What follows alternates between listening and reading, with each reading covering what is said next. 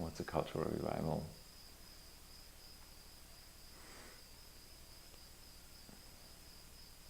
I don't know. I like people appreciating connections and traditions to understand, bigger context historically. That's what I think is great about cultural revivals.